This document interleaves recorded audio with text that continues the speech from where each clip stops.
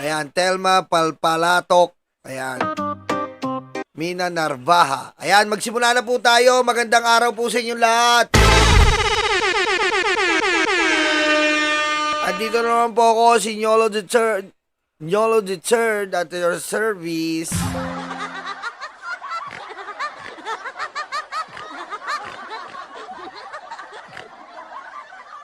Okay. Ayan nga po, kahapon nga po, ginulat tayo ng mga rally. Di ba? Kahapon po, ginulat tayo ng mga rally at nakakagulat po na nakakulong na si Kibuloy. Di ba po? Nakakulong na si Kibuloy. Pero sa tingin nyo, sa pagkakakulong ni Kibuloy, sino kaya ang gumagastos ngayon para sa mga vlogger at sa mga plataforma ng betlog ni Digong?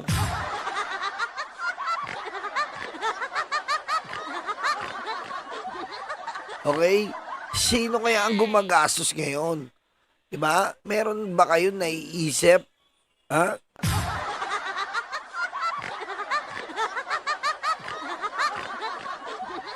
Diba? Siyempre po, ang gumagastos na naman po yan ay walang iba kundi si Alpotera at ang kanyang pamilya. Yan po ang nalaman ng aming source, di umano.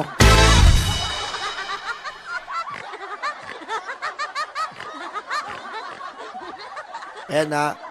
Ayan, kita nyo po, meron po silang pa-stage sa Rasulaiman. Meron po silang pasugod sa Forbes Park dahil po, yan po ay pondo ng pamilya ni Alpotera.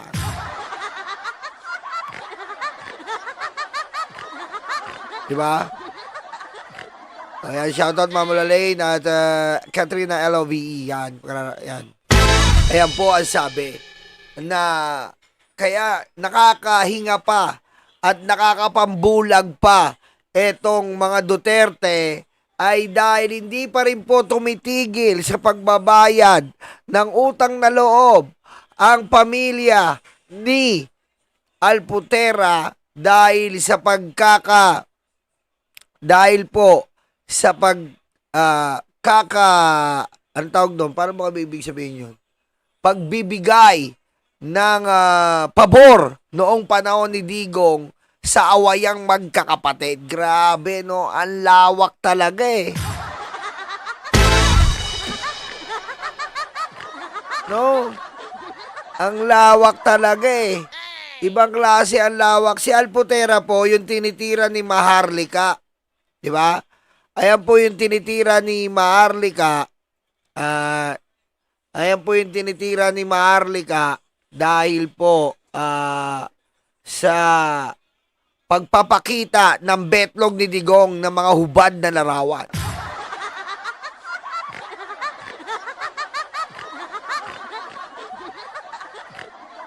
Okay? Kaya isi-share ko po sa inyo ang picture. Ayan po ha. Isi-share ko sa inyo ang picture. Yan. Para makilala nyo. Yan. Isa po ito sa mga baby ni Digong. Pero may asawa po ito. Di ba? Pero may asawa po to. Kaso po, ang kanyang boss na si Small Boy, yung anak po nung, alam nyo na, yung OBY, alam nyo na yun, di ba? Yung bus company. Yung anak po ng OBY, yung mother, yung nagpopondo po sa kanila, ay yung, pinaka-bienan niya.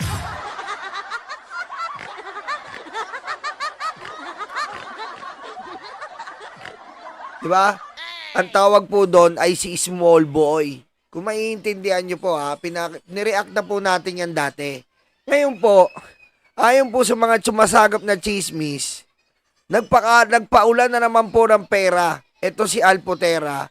At nung nakaraan nga po, ipinakita ko sa inyo na ito po ay nagpamasahe po sa mga vlogger kung saan nag-away-away pa nga, di ba? Nag-away-away pa ang mga bakla sa Nutella.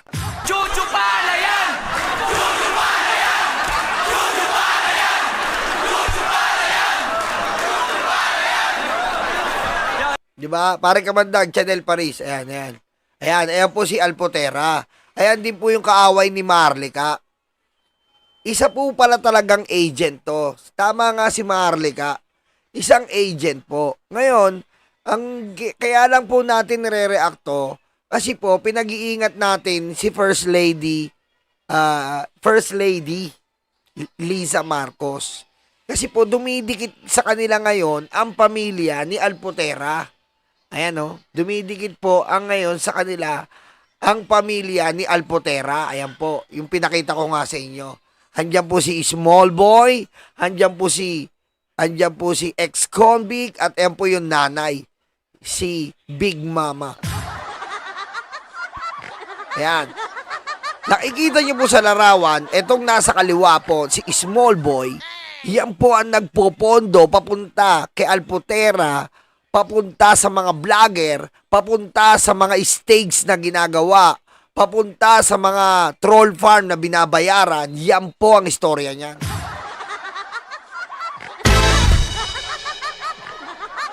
Ha? Yan po. Kaya po natin hindi tinitigilan ito dahil po, grabe po, tumitimbang po sila. Ayan po sila dati, pakita ko rin sa inyo. Ayan po sila dati. Sila rin po, silang tatlo rin po.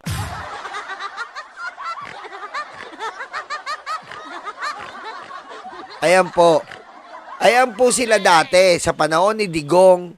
At halos po, ibinigay nila si Alpotera kay Digong. Sang-alang-alang po ng kanilang pamilya at negosyo. Para ito pong dalawa ang magtagumpay. Yung pinakita ko nga po sa inyong video na yung 4 po pinakulong dahil sa karnaping.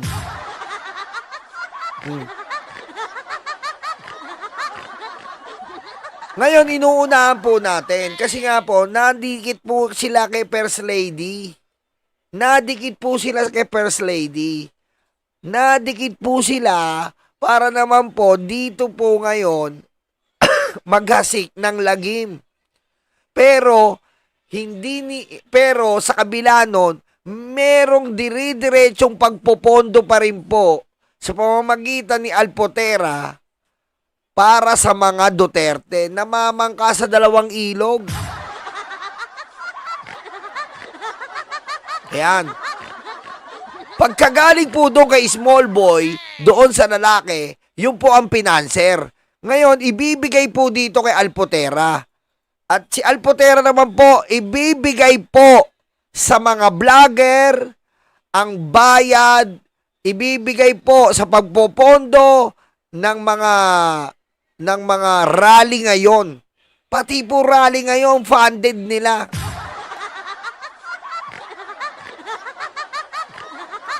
Grabe. Akala nila hindi natin mare-research. Matitindi ang mga intelligence funds natin eh. Di ba? Kaya pansin nyo po di ba matagal na walang maisog? Matagal na wala maisog. Ngayon, nakakita na naman siguro ng butas ang pamilya ni Alpotera na maaaring makabalik na naman si Digong, si Sara Duterte. At makakabalik na naman sila sa kapangyarihan. Etong pamilya ni Alpotera. Kaya ngayon, namamangka sila sa 2 ilog. Nagpopondo sila dito, mayaman na mayaman to eh. 'Di ba? Grabe yaman nito ni Alpotera. Yung pala, yung nagpopondo sa kanya, talagang pinopondoan siya ng todo para if ever mabalik si Digong, okay na okay sila. Or ngayon, na kay First Lady sila, sinusubukan nilang bula-bulain at utu-utuin.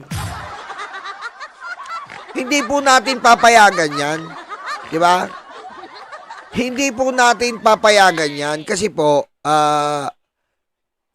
hindi po natin papayagan kasi po sila, ang pamilya Marcos ay talagang marami po ang gusto magpa-alis, manira, at para makinabang po ang mga Duterte dahil kating-kati na po silang umupo.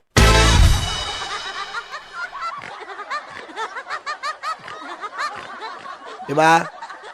Kaya nga nung nakaraan, diba, eto po, pinakita ko sa inyo, yung mga hindi nakakaalam, ayan po, pakita ko lang po sa inyo, ayan po yung nakaraan, eto po siya, ayan, kitang-kita nyo po, eto po siya. Kasama niya, pinondohan niya naman, etong mga vlogger na to. Ayan po, yung nag-away-away sa daig, diba? Si Chupa Moreno, si Paul Tete, ayan po, pinondohan niya. Pinondohan niya mula kay Small Boy. Pinondohan niya mula, ayan po siya, oh, ayan, oh. Ayan, kasama niya, ayan, oh, si Paul Tete, ayan, oh. Si Chupa Moreno, ayan, oh. Yan. Siya po ang financer. At ang financer naman ni Alpotera po, yun nga po, si Small Boy at si ex-convict.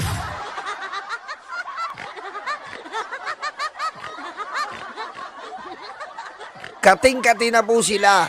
Dahil po, hindi po sila pwedeng mawala sa kapangyarihan. Kailangan po may sinasandigan sila dahil masama po ang ginawa nila. Pinakulong po nila ang 4 nilang kapatid sa pamamagitan ng karnaping.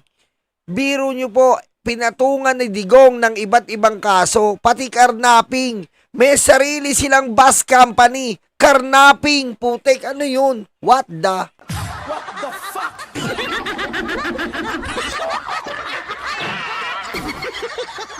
Ngayon, hilong-talilong na po sila.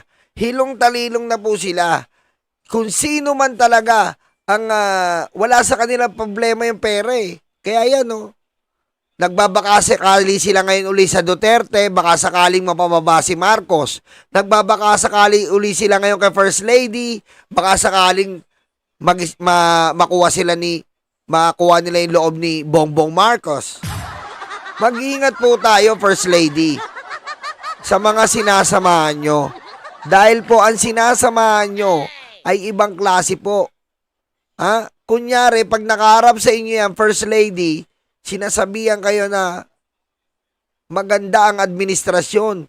Pero sa likod nun, nagpopondo sila ng rally, pabagsakin si BBM. Oh. Kaya, ayan po siya, oh. Ayan siya, oh. Last week lang po yan, nung nasa daig sila. At nag-aaway-away ang mga bakla.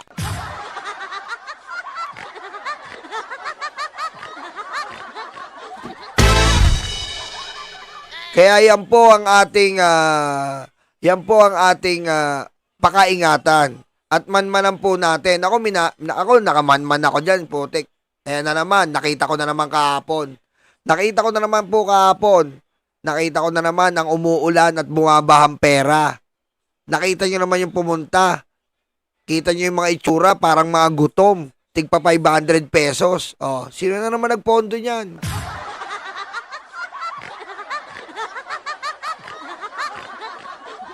Ang dami po nagpopondo. Meron po tayong Chavit, meron po tayong China, meron po tayong Alpotera, meron tayong Small Boy. Yan po ang nasa likod. Yan po ang nasa likod ng papabagsak ni BBM. Nagtutulong-tulong sila pero wala pa rin nagwawagi.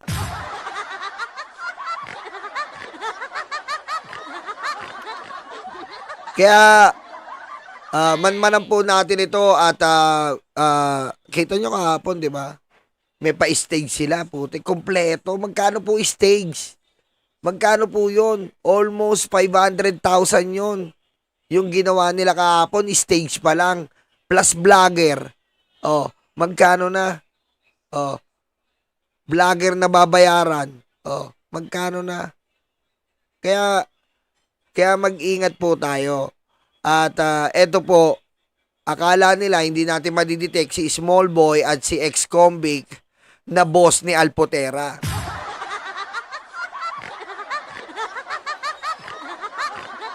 $500K. Hindi. 500K yung stage. Mahal yun. May LED pa. May complete sound system. Tapos yung mga vlogger, mga tigli 5,000 yan. Tapos yung mga hakot, 5,000. Ay, 500 pesos. Si Undin, binigyan lang yan ng aluminium foil. Patayin mo si BBM. No joke.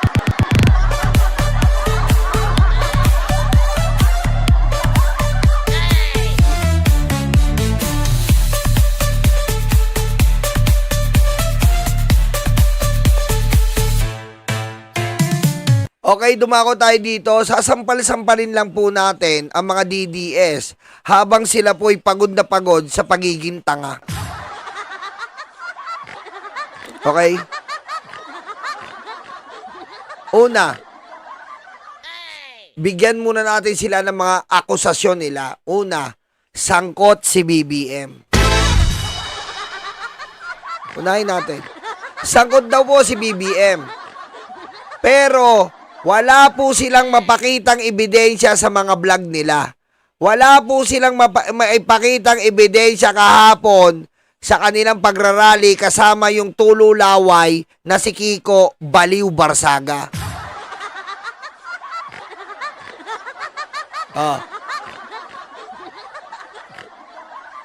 Walang ya daw si BBM, kurakot, pero wala po tayong ebidensya. Nasaan po ang ebidensya? Kasi po ang realidad ng buhay ngayon, ang realidad po sa justice system, in the justice system in the Philippines, we must present a concrete evidence in order to file a case. And then, the politician will go to jail. Okay? Your Honor, Mr. Chair, that's the standard procedure when you are filing a case. Or if you discover, okay, if you discover that one official, for example, the president, have been corrupt in his own presidency, you must file a case with concrete evidence, Your Honor, Mr. Chair.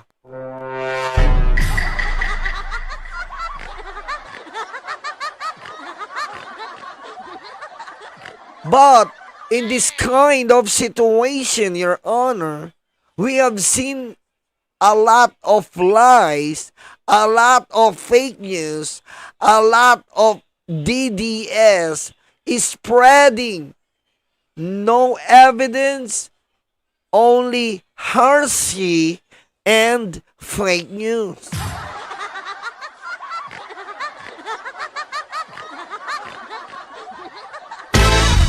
Your Honor, how it will prosper, Your Honor, Mr. Chair? How it will prosper and goes to justice system or goes to court or even go to the ombudsman Remulla. Because when you're filing a case against a government official, it is on ombudsman. So why they cannot file a case for the new ombudsman to Bongbong Marcos?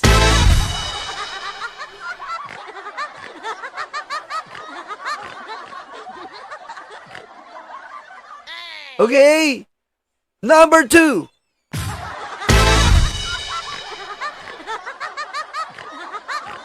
Pangalawa, si Martin Romualdez ay magnanakaw. Halos 2 taon na po natin naririnig ito. Halos 2 taon na silang pinipake news, ginawa ng larawan, pumunta daw sa Okada, may dala-dalang maleta. Pero pag tinanong mo, nasa ng ebidensya po sa mumurahin ka pa. Patayin mo si BBM. No joke.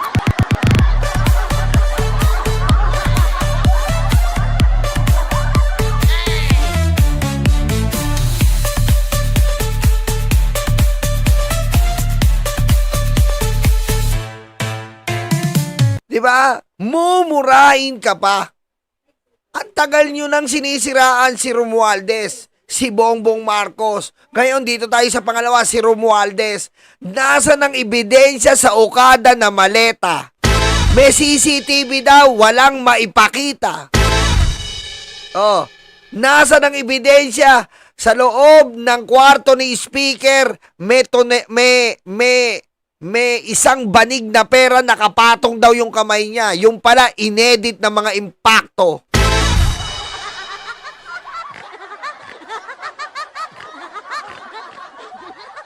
Nasaan? Di ba? Oh, ano pa ang binta kay speaker? Dito to, we goes to the recent issue about the speaker Martin Romualdez. They said that the speaker is involved in flood control because Gutesa said that he delivered too much money inside Rimowa.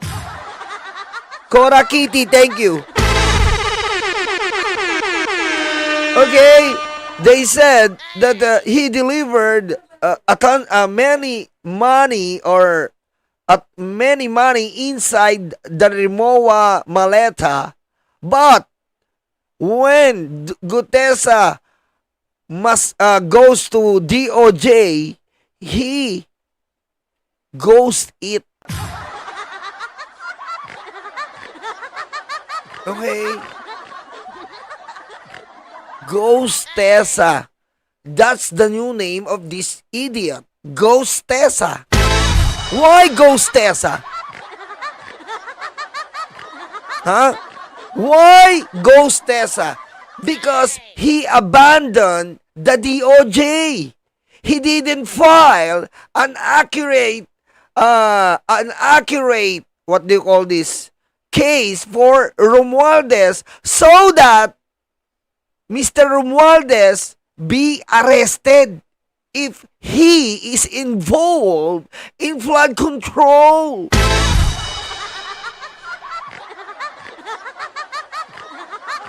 Okay, that's the number 2. The idiot DDS. Therefore, Your Honor, Mr. Chair, we conclude that the DDS have a mind shit. Okay? Because an ordinary people longing to prosper or change his life, we have a word called mindset. We have a mindset, you know? We have a goal, and that goal goes to our mindset.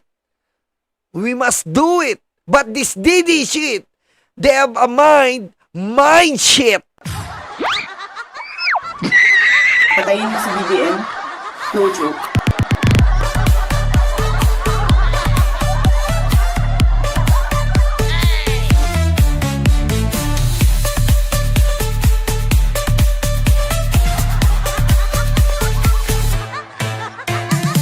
Di ba? Oh, kung tayo po mga normal, hindi po kasama dito si Kiko Barsaga na abnormal.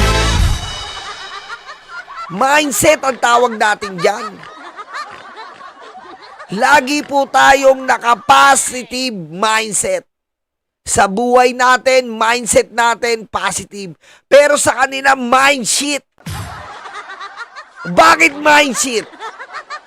Puro fake news, puro pagbibintang, puro Hershey, walang kwentang tao.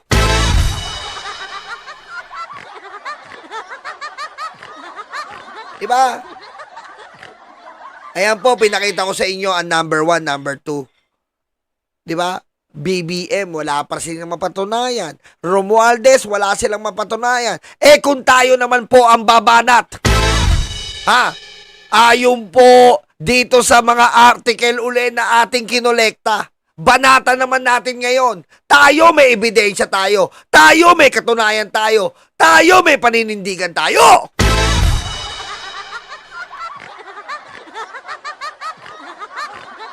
Diba? Hindi tayo nagkaroon ng mind shit.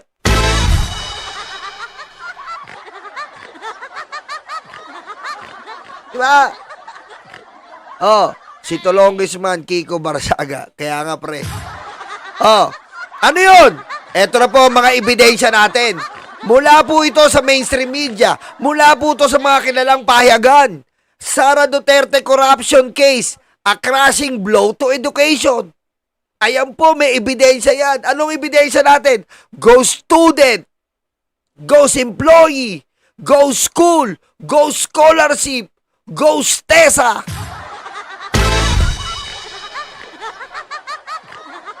Diba? Bakit merong Ghost Tessa? Sa kanya galing si Ghost Tessa eh. Magkakunik talaga yan. Saan ba manggagaling ang ghost? Kay Sara. Oh, ano ba siya ng ghost? Bodyguard. Kaya magkakonekta. Galing sa ghost, kaya tawagin nating Ghost Tessa. Patayin mo si BBM. No joke.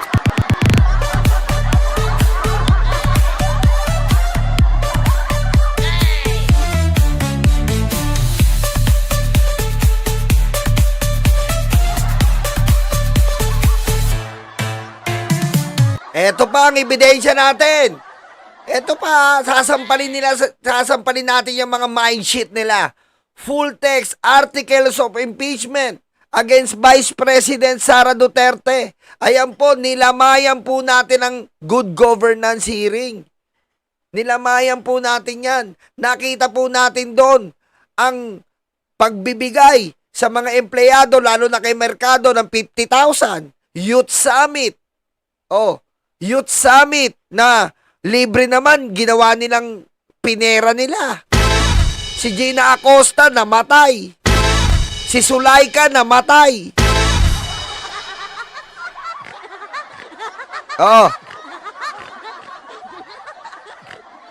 Ay ano? Yan, paano nyo mariribat ang mga totoong ebidensya? Paano nyo mariribat ang mga totoong pahayagan? Paano nyo mariribat ang realidad? Okay? You cannot reverse the reality if the reality haunts you.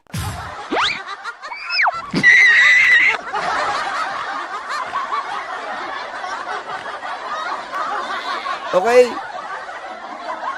Hinahabol na si Sara Duterte ng realidad. Di ba? Dahil ang realidad, alam na ng taong bayan. Ang realidad, narinig na ng taong bayan. Kaso, hinarangan lang ng mga DDS Duterte black na tanga.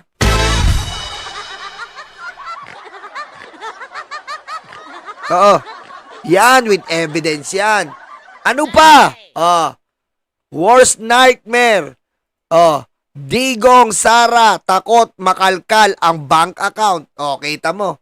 Ngayon tayo sa recent. Mamaya i-react natin si Remulla.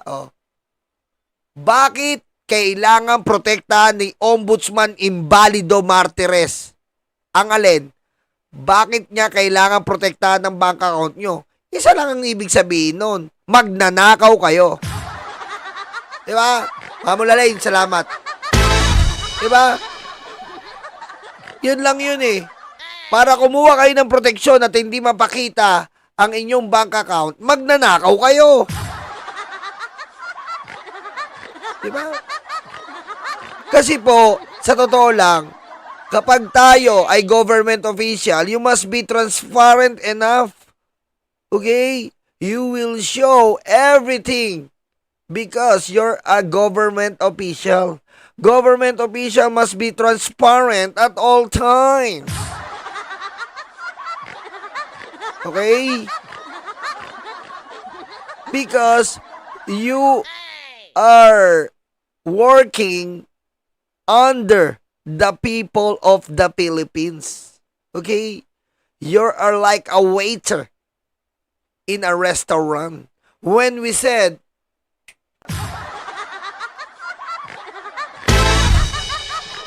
you will comply. Okay? You do not counter or even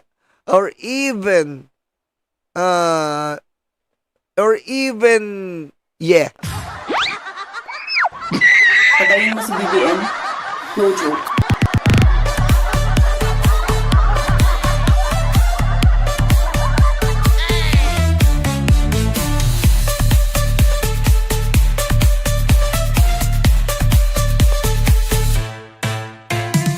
siyempre, ito po ang pinakamasakit.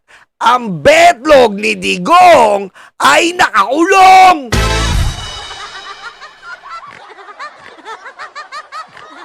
Oh, yan ang masakit na hindi nyo maribat. Oh, ayan oh. Oh, saan galing yan? Corpinale International. Oh, legit yan. Ha? Kala nyo hindi ako marunong mag-France, ha? Corpinale International.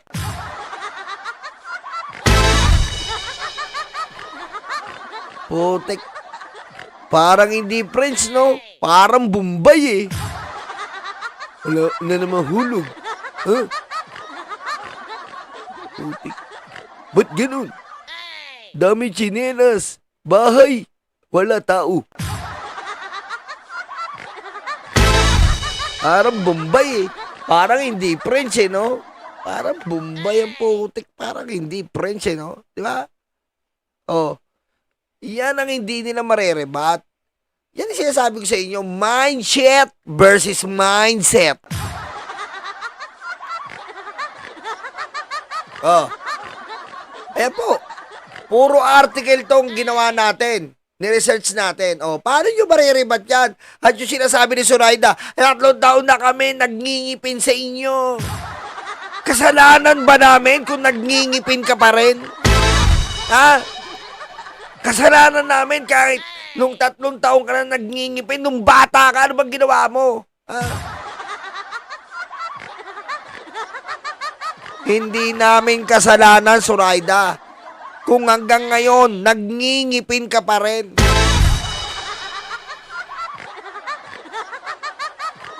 Ha? Alam ko, bago mag 1-year-old ang bata, nagngingipin na yan. Pero ikaw, ilan taong ka na, nagngingipin ka pa rin.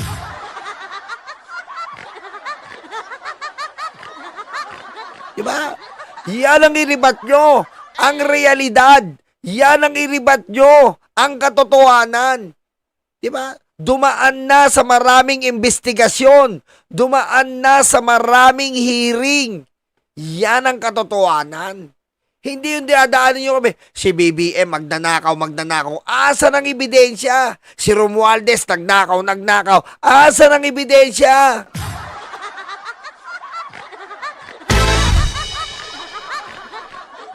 Oh.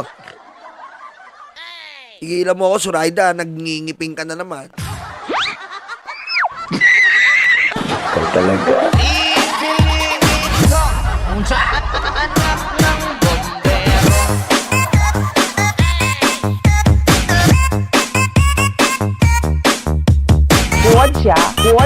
国家主席习近平。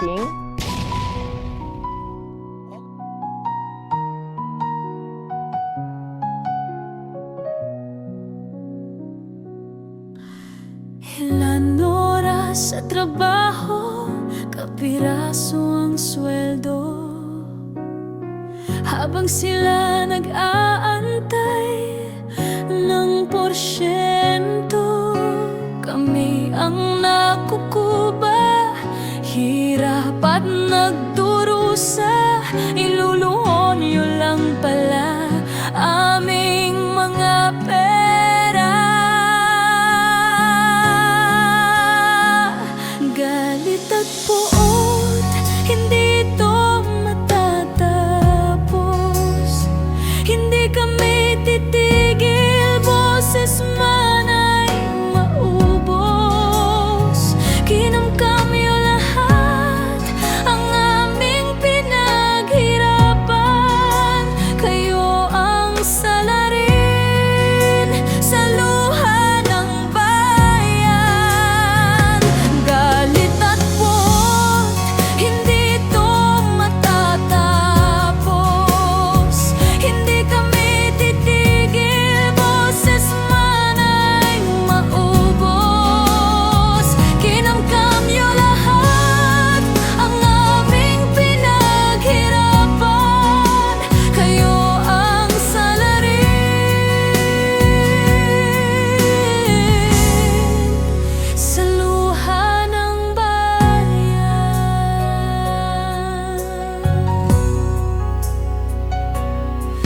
Sa kislap ng salapi nagbago ang mga anyo. Itim ang kulay na dumadaloy sa inyong dugo. Malansang katauhan, hindi nyo na matatakpan. Nakabarong na pala ngayon ang mga kawatan. Galit at puot, hindi ito matatapos. Hindi kami titigil, boses man ay maubos. Kinamkam nyo lahat ang aming pinaghirapan. Kayo ang salarin sa luha ng bayan. Galit at puot, hindi ito matatapos. Hindi kami titigil, boses man ay maubos. Kinamkam nyo lahat ang aming pinaghirapan. Kayo ang salarin sa luha ng bayan.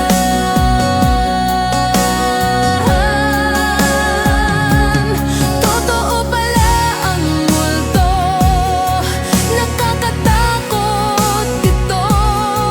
Kinaibigan nila, inutosang kainin tayo.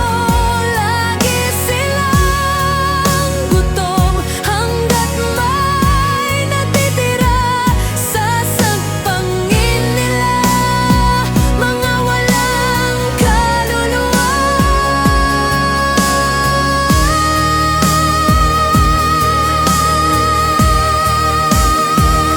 Galit at puot, hindi ito matatapos.